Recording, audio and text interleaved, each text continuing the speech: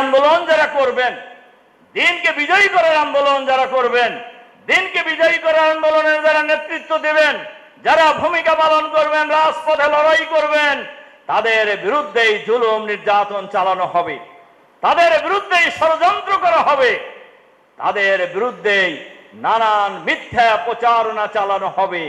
এই প্রচারণার বিরুদ্ধে ওলামায়ে কেরামকে ঐক্যবদ্ধ হইতে হবে। বাংলাদেশ জামাত ইসলামী আমাদের প্রিয় জন্মভূমি ৫৬,০০০ বর্গ মাইলের এই বাংলাদেশে একটি সুখী সমৃদ্ধশালী আধুনিক ইসলামী কল্যাণ রাষ্ট্র কায়েমের জন্য সংগ্রাম করছে, লড়াই করছে।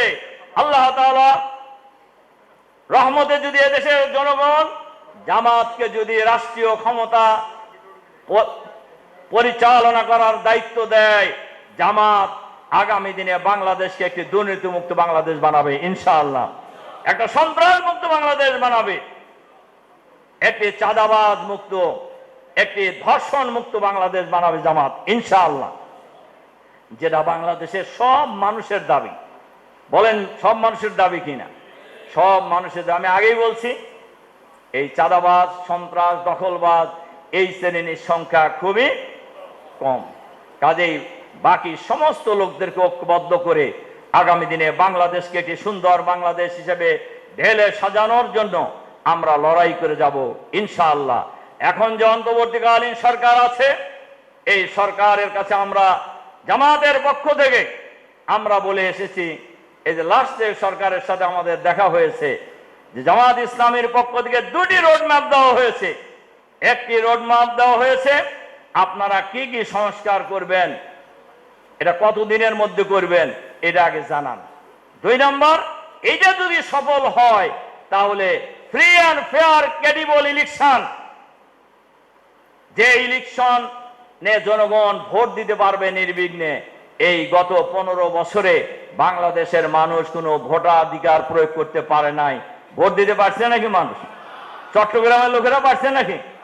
আপনারা পারছেন? পারেন নাই। কাজেই আমাদের এই সরকারের প্রধান কাজই হলো একটি সুন্দর সুস্থ নির্বাচনের ব্যবস্থা করে নির্বাচিত সরকারের হাতে ক্ষমতা হস্তান্তর করা। আর এই কাজ করতে হলে ফেসিবাদের দোসর সুবিধাভোগী যে সকল কর্মকর্তা কর্মচারী এখনো স্ব পদে বহাল আছেন, এদেরকে সরাইতে হবে। বঞ্চিত, যোগ্য, সৎ, চরিত্রবান লোকদেরকে এই সকল জায়গায় বসাইতে হবে। এটা কি খালি আমাদের দাবি না, দেশের মানুষের দাবি? দেশের মানুষের দাবি। এরাই এই অফিস আদালতে থেকে আর বাইরে যারা আছে মাঝে মধ্যে যে উকি ঝুঁকি দিয়ে টেস্ট করে। আমি গতকালকে আমাদের সিরাজগঞ্জের এক পাবলিক মিটিংয়ে আমি কথা বলছি, আপনাদের যে নেত্রী পালায়ে গেছে, ওখানে যায়া টুস করে ঢুকে পড়বেন যে বলতেছে, আচ্ছা বলেন তো দেখি, তার হাতে যখন আর্মি, বিডিআর, র্যাব, পুলিশ, সন্ত্রাসী বাহিনী, ভারত সব ছিল, তখনই তিনি পালায়ে গেছেন, এখন ওনার হাতে কিছু আছে? বলেন আছে কিছু? তেমন কোন পাগল মনে করবে যে সে আসতে পারবে? বলেন মনে করে কিনা? এটা বলে কেন? বলে হলো তার যে লোকেরা এখন অন্ধকারে চলে গেছে, এইগুলোকে একটু রাখার জন্য, কি বলে, উজ্জীবিত রাখার জন্য। আমি তাদেরকে অনুরোধ করব, আপনাদের এই পালানো নেত্রীর কথায় যদি আবার নড়াচড়া করতে চান, বিপদে পড়বেন। এই পালানো নেত্রীর কথায় যদি কেউ আবার নড়াচড়া করতে চান, তার নির্দেশ অনুযায়ী যদি উকি ঝুঁকি সমাজে মারতে চান, তাহলে কিন্তু আপনারা নিজেরা বিপদে পড়বেন। সেই বিপদ থেকে উদ্ধার করার বাংলাদেশে আর কেউ আপনাদের থাকবে না। কাজেই আমরা আহ্বান জানাবো, এই সরকারের কাছেও আহ্বান জানাবো, এই সরকার তার দায়িত্ব যথার্থভাবে পালন করবেন ইনশাআল্লাহ। ২, আমরা আপনাদের মাধ্যমে, ওলামায়ে কেরামের মাধ্যমে চট্টগ্রাম সহ গোটা দেশের মানুষের কাছে আমরা আহ্বান জানাতে চাই, আসুন আমরা ঐক্যবদ্ধভাবে আমাদের প্রিয় এই জন্মভূমিকে আগামী দিনে একটি সুন্দর দেশ হিসাবে, শান্তির দেশ হিসাবে, দুর্নীতিমুক্ত দেশ হিসাবে গড়ে তোলার জন্য আমরা হিন্দু, বৌদ্ধ, খ্রিস্টান, মুসলিম সকলেই ঐক্যবদ্ধভাবে সামনে এগিয়ে যাই।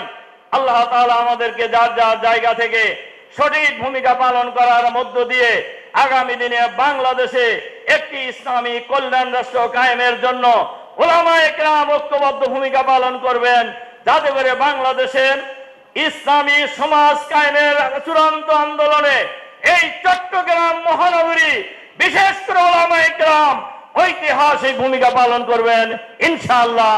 সেই প্রত্যাশা রেখে আপনাদের প্রতি আবারও আন্তরিক সালাম এবং মোবারকবাদ জানিয়ে আমার বক্তব্য এখানে শেষ করছি।